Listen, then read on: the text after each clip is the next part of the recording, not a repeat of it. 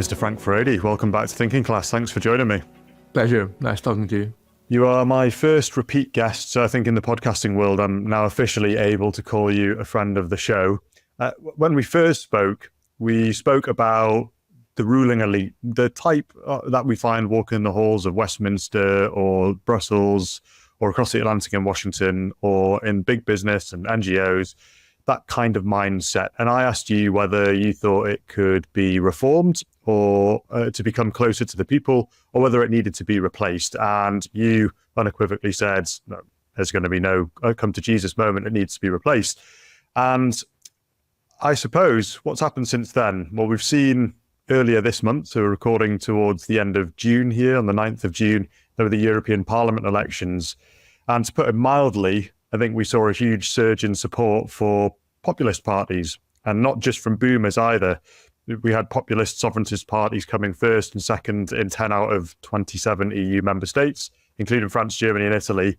And I think in France, 32% of Gen Z voters voted for Marine Le Pen's Rassemblement National. So is this the beginning of the end for what the current ruling elite represents, Frank?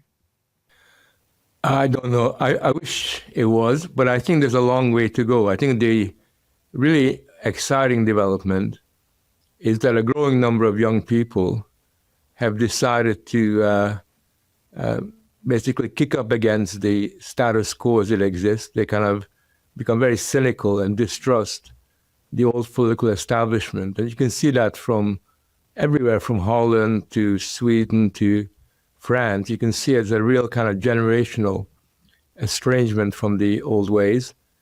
In that respect, I think Britain is a little bit different, where it's still a bit more sort of static in that respect. But overall, there seems to be a kind of recognition that enough is enough. Some kind of change is needed.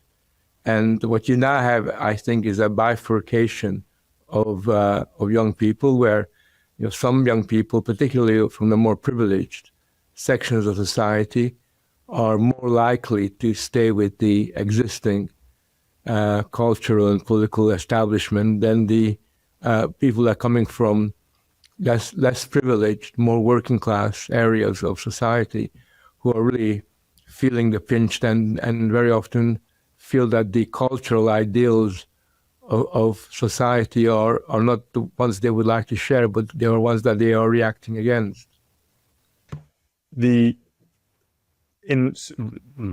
Resurgence is the wrong word, the surge in interest, I suppose, amongst the ideas and values that are being represented and broadcast, I suppose, like Le Pen's Rassemblement National, like increasingly reform in the UK, even if it's not necessarily in their manifesto, it's some of their sound bites.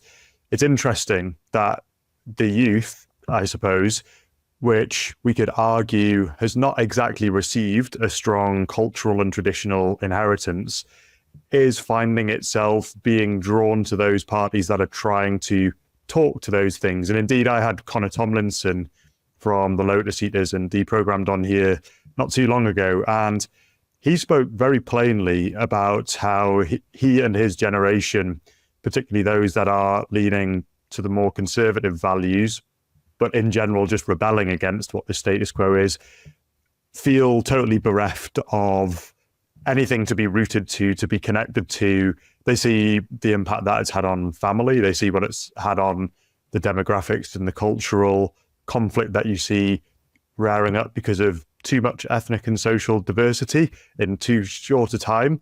And I find that a very interesting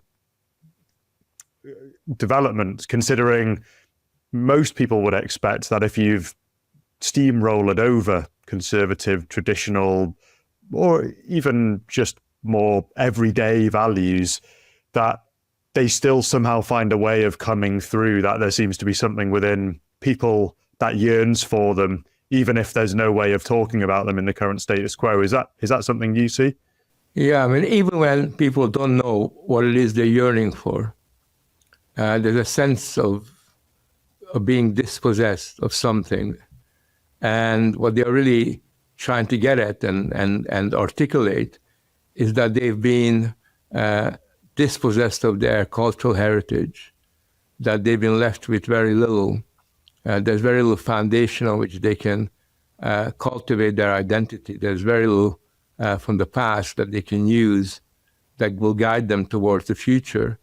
And I think as a result of that, a lot of young people are searching for the kind of meaning that the more technocratic, elitist, cosmopolitan ideals cannot provide. So one of the things that I'm experiencing everywhere in Europe is that the quest for meaning, which is always a part of the human condition, has acquired a much more politicized dynamic in the 21st century. And this quest for meaning is one that's particularly important amongst young people because they are trying to develop some kind of identity. And they realize that the only option there is left is you either opt for identity politics and you become a victim, you see yourself as a member of the LGBTQ, feminist, Black Lives Matter, Hamas kind of coalition, which is not attractive to a lot of people. Or alternatively, you try to reach out and find something within your own tradition, within your own environment, and try to somehow internalize those ideals. And I think that kind of polarized landscape of meaning is what we're seeing, and it's something that's playing to the advantage of conservative and populist parties throughout Europe, because they're the only ones that are providing that kind of countercultural outlook for young people to grab onto. It's interesting that what we seem to be seeing is a mirror image, I suppose, and this is perhaps unsurprising because anything that comes into being often brings the opposite into being in some way.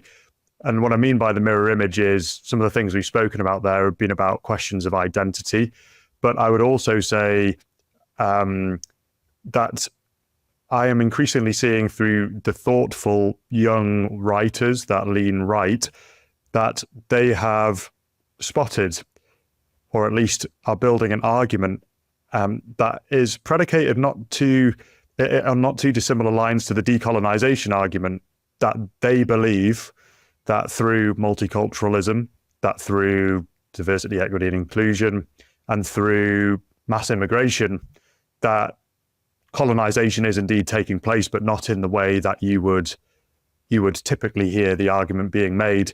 And I find that to be quite fascinating, that that's getting the cut through, that those identity politics, which were played to try to push back against things like national identity, is now coming back to haunt them in some way. And perhaps we might see it continue to develop.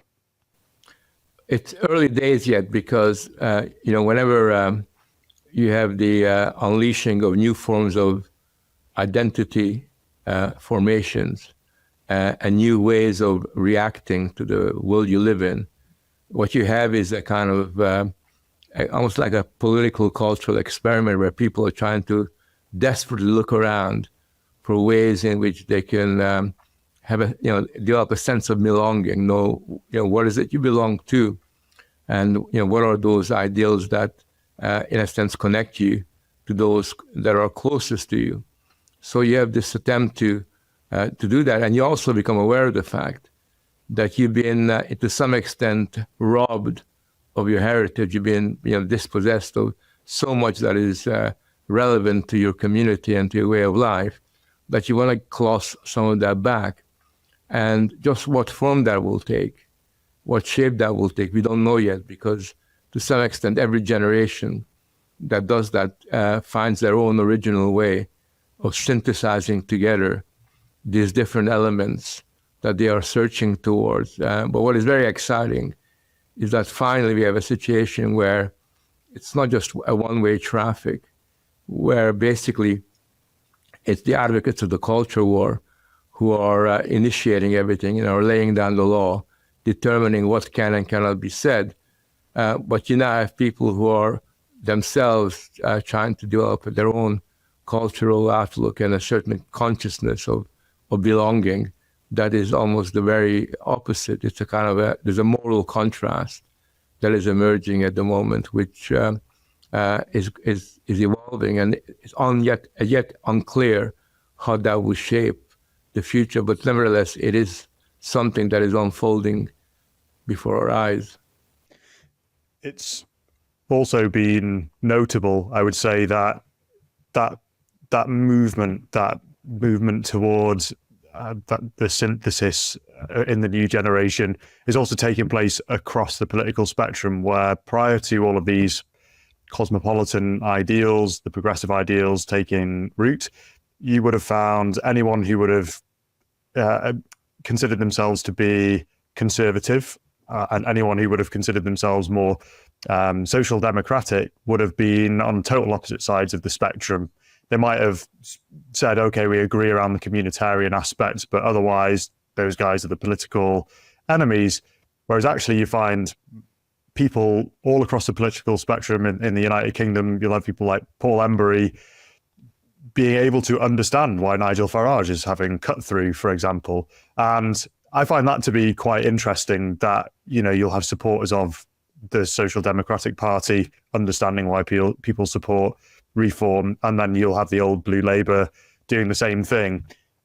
I wonder whether that will hold as things develop. I suppose we'll see if the ideological exuberance of the progressive movement, if that does fall away, whether we will see those parties come head to head. But for now, it almost seems like there are multiple flanks coming at this dominant ideology. Is this something that you see in Europe as well? Yeah, to some extent. You basically have some very similar reactions. And the way that it works is that you can have big differences on taxation or differences on economic policy, on free trade or protectionism, or on the welfare state. But at the end of the day, these are differences that are political in character. And these are differences that are not as significant as the more foundational cultural ones, which are really about your very existence and really are about, you know, the more foundational system of meaning to which you experience life. And given the fact that sections of the old left are just as much undermined by the way in which there's been an attempt to undermine Western culture or their traditional ideals as the right, there's a kind of basis for a coalition or unity for some time to come. I think that's going to continue. Obviously, it doesn't mean that there's a complete agreement. For example, in Germany, you know, you can have a party like this party organized by Sarah Wagenknecht, who's a left-wing activist whose party managed to do reasonably well for the very first time. They got almost 10% of the vote. And then you have some right-wing parties, but they have very similar policies on migration, very similar policies on the Green Deal and the environment, on some of the more culturally pernicious initiatives that have occurred, like gender and elsewhere.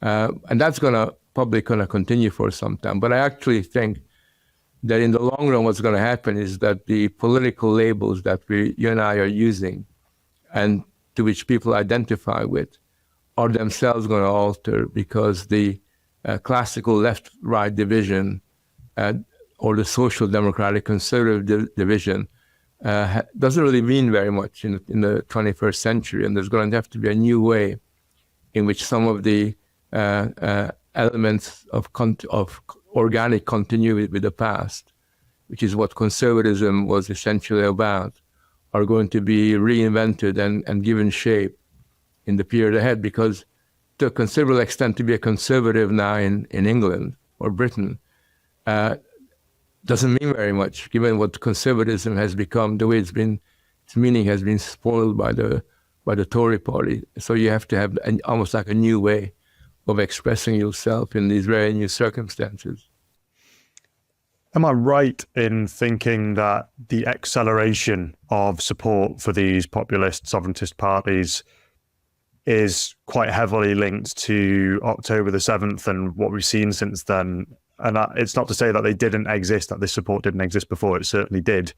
But has there been an acceleration? Because as far as I can tell, when I look at the discourse, I see that we have people that are very concerned about the seeming alliance between those on the more progressive left and those who are supportive of political Islam and generally anti-Western civilization, and everyone else who seems to now be looking for an outlet for this sense of loss that they're feeling, which they're now seeing is increasing by the day, and it seems to be this urgency. Do we think that's partly what's behind it?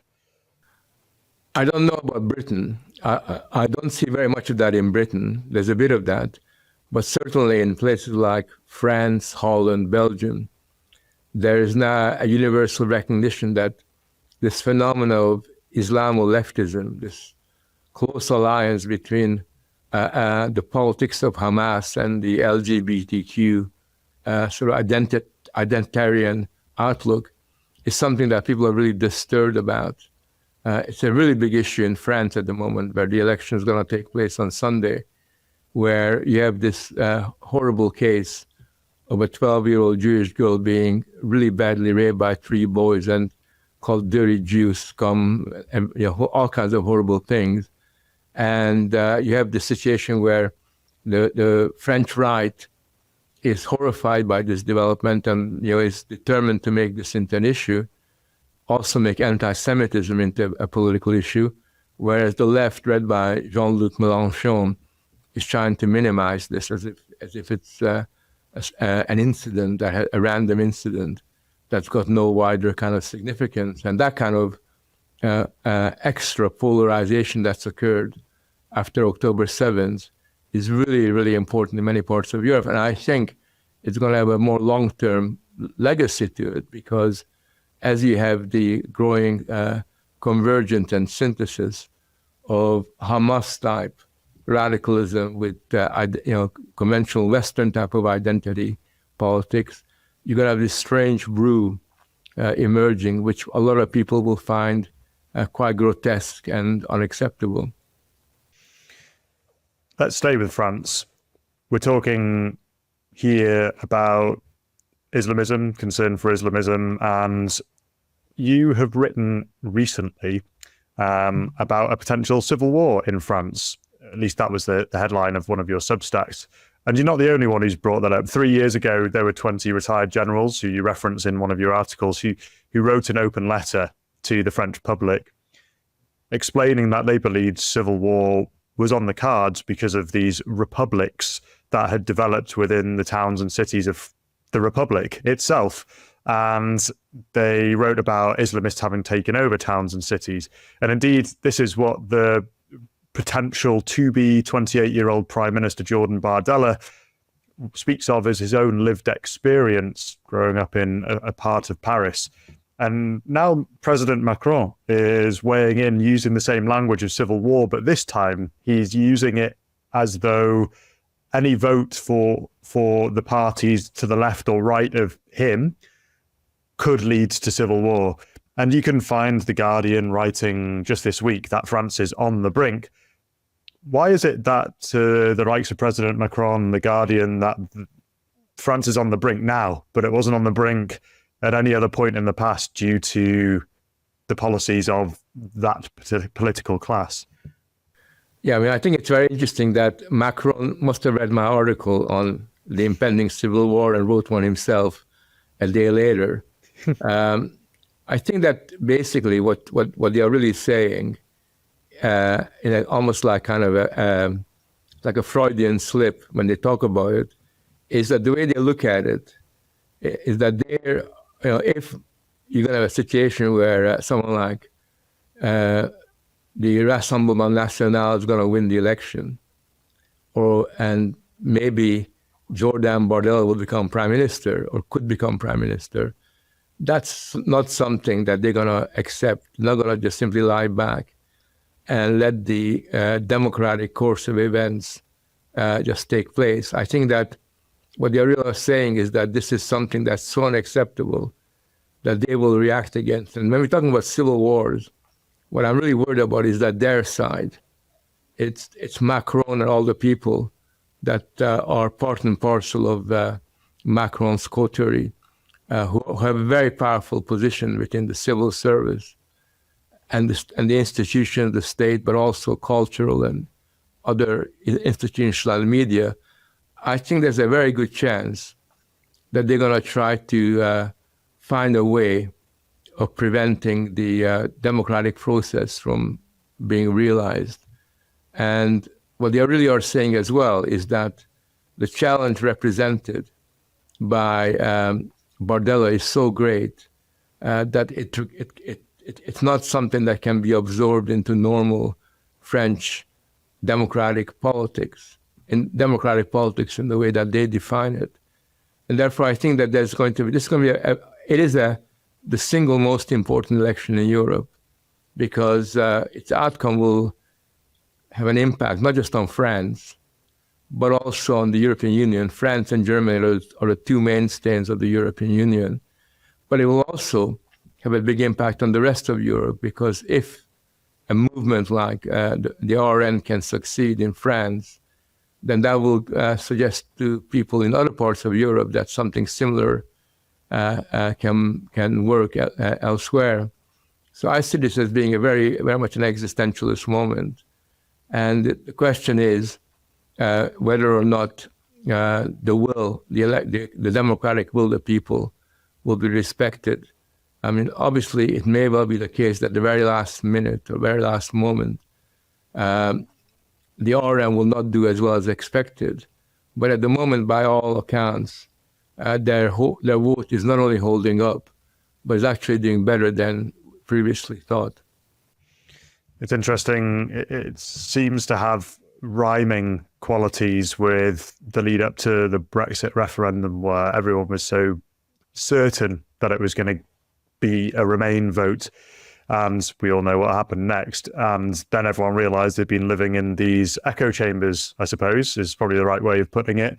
And there had been, following that, many years of trying to frustrate it because they just couldn't believe that this is what they had to do. And what's quite interesting is that as most people play the ostrich game and bury their heads in the sand, thinking there's no way it's going to go that way, and they don't realize that actually the common person who might not necessarily know all of the jargon from the Financial Times or the broadsheets, they have a real sense of the impact of policies and how the world's changing around them. And it doesn't matter what you end up telling people in the frenzied hysteria in the lead up to an election, that they shouldn't vote that way because the world's going to end. They will end up voting that way to make sure that they can put a shot across the bows in whatever way they can towards the political establishment. So we will see if this is what happens. The institutional pressures. So we've talked a little bit about the use of language, such as could there be a looming civil war to try to scare voters. We've also seen institutional pressure being placed on a potential incoming Marine Le Pen presidency. And we see this through the central bank, the European Central Bank, where they have been playing around with bond rate prices to try to cause market instability, which sounds, without all of the background, very conspiratorial. However, it seems to be that this is the same playbook that the Bank of England used on Liz Truss. For all of her faults, there definitely seemed to be some kind of political establishment, financial establishment stitch up there to make sure she couldn't succeed with her market policies. What is exactly going on here, and why is it that the current ruling political class will even consider doing such a thing like sending your own country into recession to remain in power? I think it's a combination of a number of different things, because you have the attempt by the French establishment to thwart the election of the RN. So that's kind of a domestic internal pressure. But then you have to remember there's also the Brussels bureaucracy, the bureaucrats there, who are no less worried about this possible development. And they've been in the forefront of using the European Central Bank as a medium through which they can create a certain degree of economic instability as a way of blackmailing the French population. So what the ECB is doing is essentially sending out the message that if you dare vote for the RN, and if you're an RN government, then we'll do our best to make sure that your economy will be in big trouble. We're going to make sure that you're going to have to pay back your debt, sort of sooner rather than later. And we're going to ensure that, in terms of investment possibilities, in terms of economic relationships, you're going to be pushed against the wall. So it's a classical example of economic terrorism, in a sense, where you're using the lever of power you have over the financial system, in particular over the bond markets and elsewhere, as a way of ensuring that your target has got no choice but to basically give in. And that's a very powerful weapon. And that's a powerful weapon that I'm sure they'll use even if Bardella gets elected. So they're not going to have an easy time once they get elected, because the European Central Bank will be demanding that Bardella plays according to their sort of playbook. And that's something that we'll just have to watch.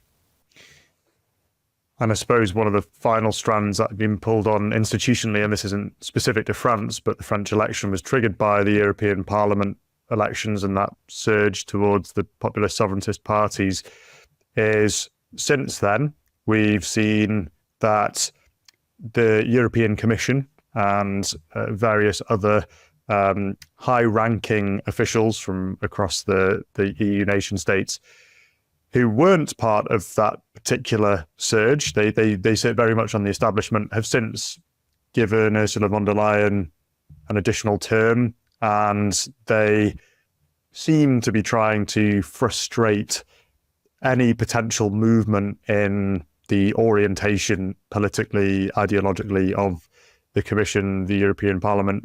How effective can that be? Does that effectively thwart any meaningful change at that supranational EU level?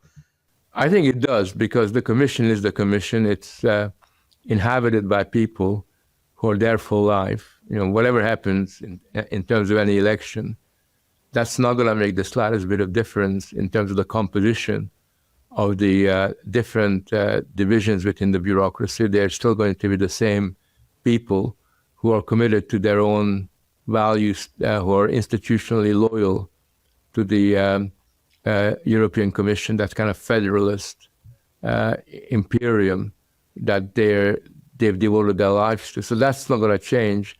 All that can happen is that as you have more and more people elected who are skeptical or questioning what the European Commission does, that will, in a sense, temper some of their ambitions. And the best that we can hope for is that if, now that you have a different composition in the parliament and you have very clear message being sent out about what people in Europe want, all that we can hope for is that the Commission will step back a little bit. And we already seen signs of that in relation to the Green Deal, the way in which they basically said that certain of these horrible green ideological policies that they were promoting are going to be suspended for a while. They're not going to be implemented. I think we can see potential a little bit more of that. But by and large, the Commission is the Commission, and that's not going to change unless there's a much greater political upheaval occurring through elections, which hopefully might happen in the next 4 or 5 years. It does seem, if you look quite far back in European politics, that this attempt to remain in power and to keep steering the same course in the face of this political resistance, as it were, in its actual sense of the word, that they're delaying the inevitable somewhat. So I'll use Geert Wilders as an example. At the beginning of the 2000s, he was obviously popular with a relatively small subset of the Dutch population, but he was considered beyond the pale outside of those circles, indeed in the United Kingdom. And I know Douglas Murray made this point recently where he spoke about how in the 2000s, when the Labour government blocked his entry into Britain as being someone who wouldn't be conducive to the social good because of his policies and his thoughts on Islam and Europe, is he is now effectively the de facto head of the Netherlands government. And whilst he realized that he wouldn't be acceptable as a prime minister, he's effectively pulling the strings.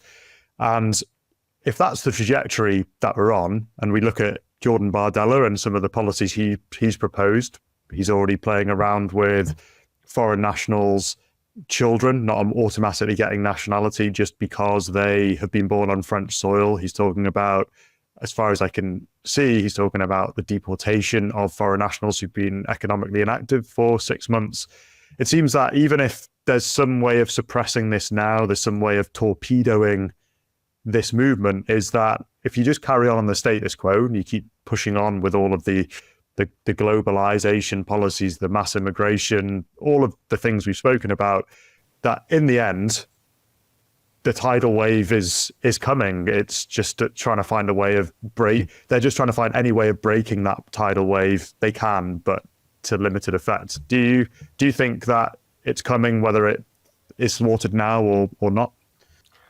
Well, I think what's happening, what you're describing, is that the attempt to put certain political parties and movements under quarantine and isolating them, and basically saying that these political parties cannot be part of respectable society. They cannot appear on the media. You know, they're not to be taken seriously as proper political actors. This policy, which worked for a very long time, for the last 20, 25 years, basically is gradually unraveling more and more. And it means that in many parts of Europe, political parties that could not have a voice on the media, or who were entirely isolated and basically regarded as beyond the pale, are now gradually coming into what is the mainstream of political life. Now, it's happening, but it's meeting with ferocious resistance. And I don't know if you noticed, but one of the ways in which there's an attempt to resist this development is to label any political party that is, in a sense, conservative or right-wing as hard right, far right, extreme right, to try to basically demonize them and suggest that somehow they're not unlike the political parties that existed in Germany in the 1930s, that kind of politics of fear being weaponized quite systematically. But I think the interesting thing is that gradually people are become wary and skeptical of this particular ploy. And what we're finding is that this quarantine is no longer working. It's lost its effect, and therefore you can no longer basically cut off these parties. There are still some parties in Europe that suffer from that haven't been able to break through, because this attempt to insulate society from their influence is still working. But it's only a matter of time before this basic strategy, what I call insulating democracy from people you don't like politically, is going to break down. And let's try to imagine what happens should we start seeing breakthroughs with these populist parties. I've read commentators like Thomas Fazzi, who's written numerous articles since June the 9th, the European parliamentary elections, about, at least the first one was about how populist parties, people can celebrate them getting closer to the changing of the status quo, but when they get there, they won't be able to govern and they won't do too much. And he drew out several examples of those populist insurgencies having been watered down, whether it's Giorgia Meloni in Italy or whatever. Do you think there's enough of a track record to be able to say that confidently? Do you agree that actually when populists win power, they don't particularly do much at all and they don't deliver on their agenda? Well, I think Thomas is unnecessarily pessimistic. And maybe you can call him pessimistic stroke realistic, in a sense that if you look at the Italian experience, it bears out what he's really saying, that it was very easy to capture the Fratelli, the Brothers of Italy, partially because Italy was in an economically fragile situation with very high levels of debt, where the ECB could have a disproportionate amount of influence over policymaking. And there is no doubt that whenever a populist movement comes into government, they're going to be under enormous international pressure to fall in line and to not to carry out the kind of policies that they were wedded to. But I think where Thomas Fazi is a little bit pessimistic is not realizing that, okay, Meloni is doing this, but then Meloni also has got a political base which expects her to deliver on a number of different issues. And it's a political base that isn't entirely passive and isn't just going to sit around and watch their dreams being betrayed. They're much more vociferous and active, and therefore Meloni cannot simply ignore their aspirations. So I think that it may well be possible that some of the populist parties that get elected may get captured, may be forced into a corner by the way that the markets work. But with every single wave of populist movements emerging and gaining strength and acquiring greater momentum, that will be it will be easier for these movements to actually succeed in their ambitions. I think the real problem is not what Fazi is describing, although that is obviously a consideration. I think the real problem is that many of the populist parties haven't developed a coherent enough political program. That they lack clarity and experience in terms of working out what their priorities of the state should be. Very often what they lack also is a group of intellectuals and experts who they could call upon to help them make decisions that are both realistic but also radical and transformative. I know that this is a concern, for example, for Jordan Bardella and Marine Le Pen. And one of the things they're doing is they've spent a lot of time over the last 18 months in getting together a large group of people, maybe a couple of hundred people who have experience of office or administration. And basically they're saying that these people will help us if we're in power, because we'll need certain positions to be filled in the civil service, because they don't want to be captured by the civil service and paralyzed by the civil service. So they're already thinking, how can we get our own people into these important positions so that we have much more room to maneuver? So, politics is not a black and white thing that, with every success, you always score the possibility of disappointment. And that's something that, we have to be realistic about, even when you're looking at these very exciting developments in Europe. The notion of having a governing philosophy and knowing what to do with it should you get into office, Frank, is something that I'm seeing with regards to criticism of Nigel Farage and reform. Is, yes, he's saying all of the things that have needed to be said for so long, and he's winning all the debates. And the risk, however, being potentially it becomes a cult of personality, because those who wish for there to be cut through on those points also desperately wish to see something that would make them effective in government. And effectively, some of his biggest critics that you can find in Substakistan would say there is no basis, that there would be no way of, there's not even any underlying governing plan or a way of putting that into effect.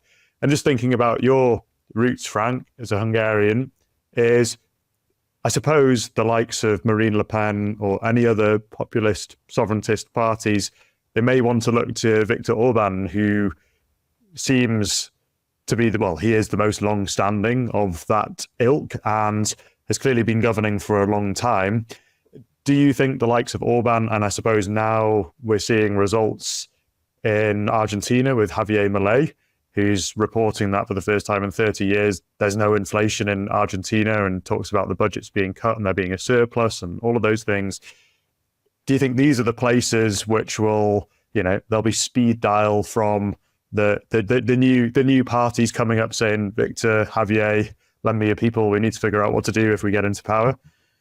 Well, obviously, there's a lot of sense in having an international discussion about the experience of governing. I think that it makes a lot of sense for people to engage with each other and to learn from each other's experiences, to maybe even borrow some people from one another. That makes perfect sense. But at the end of the day,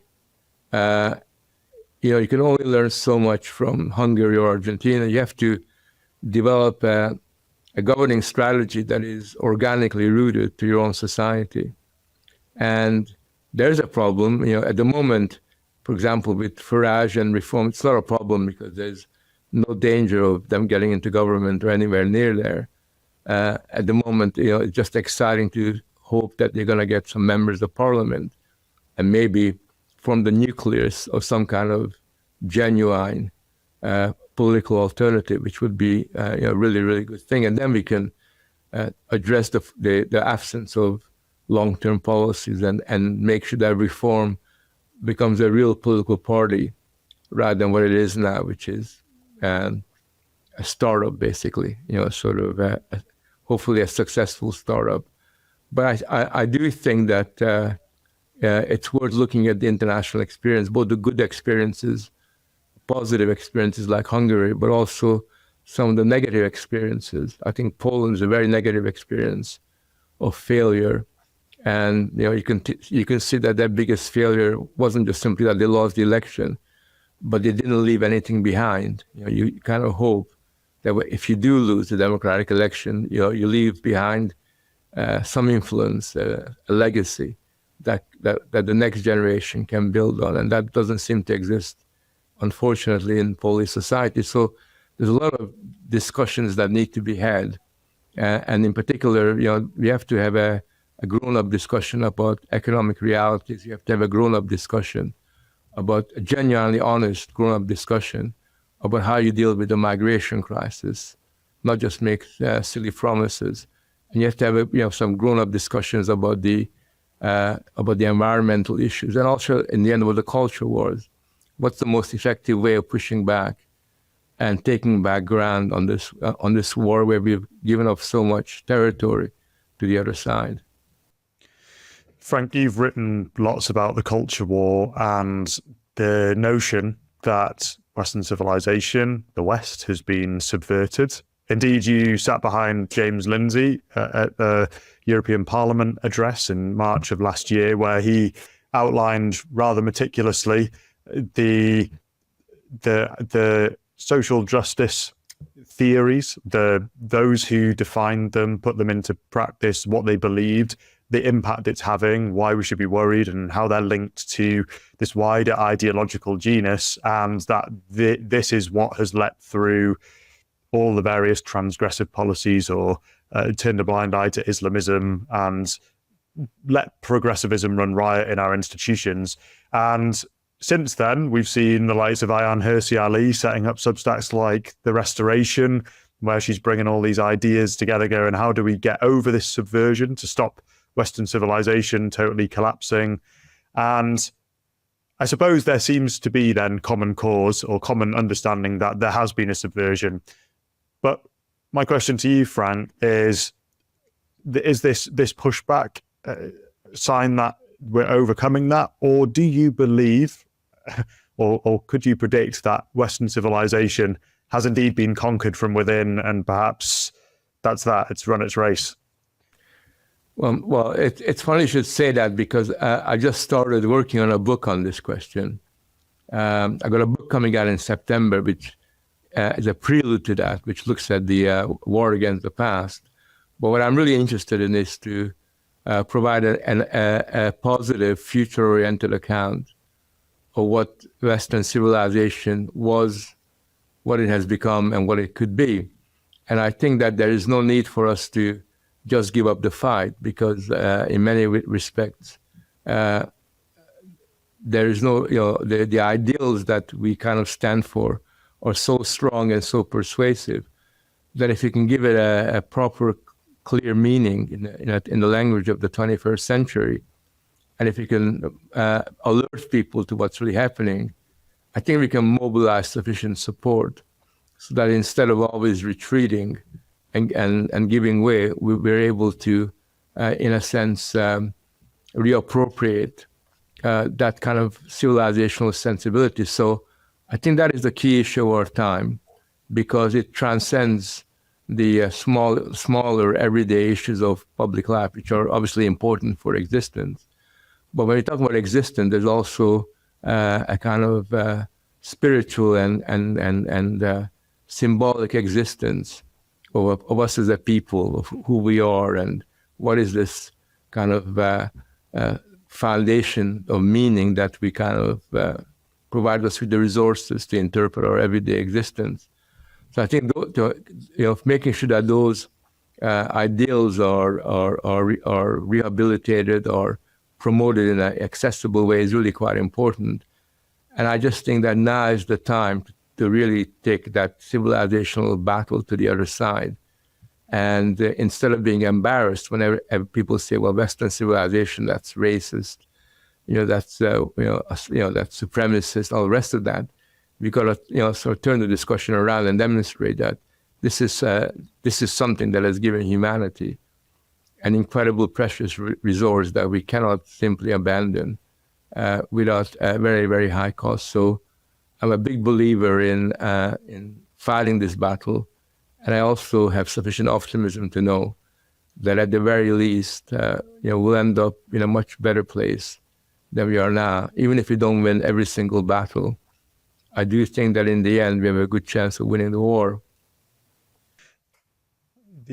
The costs you were talking about that have come about from this change, this loss of connection to whatever our national heritages might have been, is something I've felt personally. And I've recently been reading one of Peter Hitchens, the British columnist's books, The Abolition of Britain, where he documents the change from something like the 1850s onwards, the various laws that were passed, but then as new educational methods came in. And what's interesting is he puts forward that a culture, and this is what people talk about, cultures are things like art and letters and language and poetry and philosophy and history. And we don't often talk about it that way anymore. Said, but in Britain, we saw educational reforms that ultimately got rid of everything that the last 20 generations had been built on, from Chaucer and Shakespeare to Browning and Spencer. And he made the case that actually when people left school, they were so embedded in the King James Bible and all of that literary background and our national battles and heroes and stories that everyone knew who they were, even if they were subversive in some way, even if they were somehow trying to push back against the grain. Everyone had this common frame of reference. And what I find quite interesting is that having learned about this post hoc, is I felt that. I mean, I grew up with the learning a few bits here and there, but then generally reading the subversive, the multicultural texts. And I felt like I wasn't really a part of anything. I felt quite rootless. And it wasn't until I got back to Northumberland in the pandemic when I started off my own back looking into the cultural heritage of the country, why we came to believe what we believe, the religious inheritance, the spiritual inheritance, and some of the key figures of Northumbrian history, that I've started to feel wedded to the place that I was from. And it didn't make me some kind of irrational xenophobe thinking that I was way better than everyone else because I knew this, but it actually made me feel more human. And I feel like that's a cost that we never really focus on. We're so focused on either inclusion or the economic benefits of things. We don't actually think about the day-to-day loss that people might feel. And I think it's much bigger than we give it credit for. And I see it on the streets of the towns that I live in. I see two schools side by side, and one seems to be this post-revolutionary school, and everyone's dressed in a way where they think they're very independent and individualist, and they're green hair, and they've got their shirts untucked and ties and loads of badges and crazy makeup and all those things and piercings. And then there's the other school, and it's a private school. Not all private schools are perfect and retain that tradition, but you can see the difference between those who are still receiving some sort of traditional handing down of inheritance, and they kind of seem like they'll be natural governors, and they seem more sure of themselves in the world. And I don't think it's just because they go to private school either. So I think these stories that we tell ourselves are incredibly important, and I find it very interesting that we see the likes of Gen Z going out and trying to find that stuff for themselves now, because they feel like the rest of it, and I know it's a bit circular, I'll come back to where we started, has just not been good enough. So I suppose that's an exaltation of watch this space where we see a reclaiming of the past. Yeah, and that's what we need. We need to, and that's why I wrote this book called The War Against the Past, Why the West Must Take Control of Its History, because I feel that that's the big challenge that we have in terms of ensuring that there's an organic connection between our lives and those of our ancestors. Not because we want to be backward looking, but the only way you can look towards the future is if you understand where you've come from. So for me, there is a very important cultural sort of battle here, probably the most important cultural battle, which is that we have got to find a way of making sure that we transmit to the younger generation those essential ideals that have come out of our common experience, because without providing that transmission of ideals, it's very difficult to create the right kind of foundation for a community. A community is founded on a basic relationship, a kind of cultural relationship between generations. And that sort of relationship is in a sense lubricated by common ideals, common stories that have emerged over a long period of time. So for me, that's a very exciting possibility now, that some people, by seeing what it means to be dispossessed of all of the intellectual and moral resources that come from your ancestors, of not having anything to fall back upon, suddenly feel that they got to go out and do the business themselves and educate themselves, because they're not going to get educated in most schools, unfortunately, at the moment. Yes. Certainly not in terms of taking our past seriously. So yes, and I think that's a really good place to end on, because that ending is really the starting point of something that could become quite exciting and exhilarating in the years ahead. Agreed. Well, before I let you go, Frank, there's a question which I've started to put forward to all of my guests since we last spoke. And that question is, what have you changed your mind on in the course of your life or recently, and what was it that made you think differently? Well, that's a very difficult question, because I have changed my mind on a lot of different things. I think that one of the things that I've changed my mind on quite a bit is on the role of tradition, because I always felt that, partially because people who were traditionalists tended to be extremely narrow-minded, in the sense that they weren't adding anything to that tradition, but basically just living off the past. I became quite dismissive of tradition for that reason, because I didn't want to be somebody that just lived off the contributions that previous generations had made. And then one day I just realized that actually I had to be a bit more sensitive to this development, that a lot of people just weren't able to both understand their historical legacy, but also weren't in a position to make that legacy come alive. And I think at that point I just changed my mind, and ever since then I've become really, really, really obsessed with tradition and the importance of making sure that tradition that we come from, which has got both a national but a civilizational dimension to it, is something that we're able to both keep alive, but also to transmit to people, particularly young people around us. Frank, it's been an absolute pleasure. Thanks so much for coming back on. I'm looking forward to your book, War on the Past, out in September, and hope to be able to have you back to talk about it more. And I would ask all listeners, viewers, go and check out Frank's Substack, Roots and Wings. He's putting out lots of really interesting, thought-provoking stuff. And Frank, is there anything else that we can expect from you? No, I think that will be all for now. That keeps you busy enough. Well, thank you very much. Have a nice summer. You too. Take care. Bye. Bye-bye.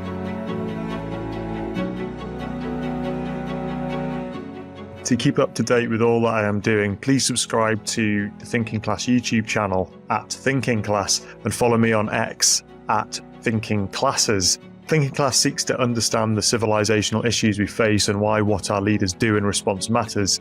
Here, I seek to explore the ideas, values, and culture that made our civilization, those that are unmaking it, and how leaders at our public and private institutions should respond. Engage with me on YouTube or X, or write to me at thinkingclasspod@gmail.com to tell me who you want me to speak to and what topics are important to you. I look forward to seeing you there and for joining me on this journey.